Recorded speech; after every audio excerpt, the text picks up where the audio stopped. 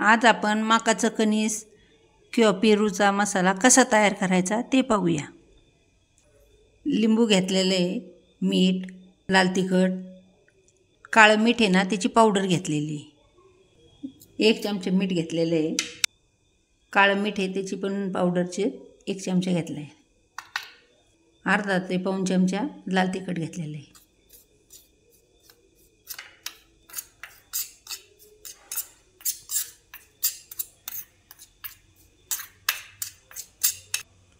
अजून थोडीशी टाकू लाल तिखट। असं चांगलं मिक्स करून घ्यायचं।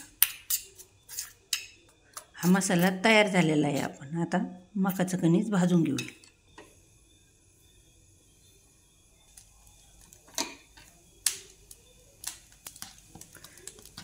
असं पलटून घ्यायचं।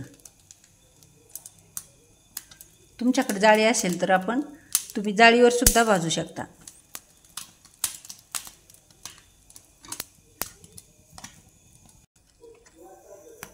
कणीस भाजलेले आहे, गॅस बंद करून घेऊया।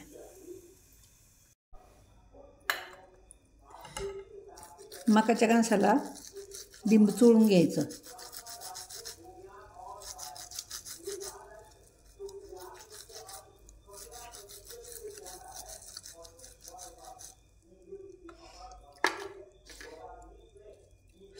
असा मसाला टाकायचा।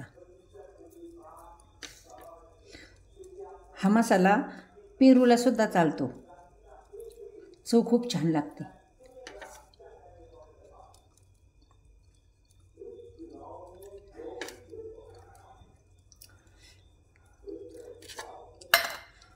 पहा आपलं मकाचं कणीस मसाला लावून तयार आहे।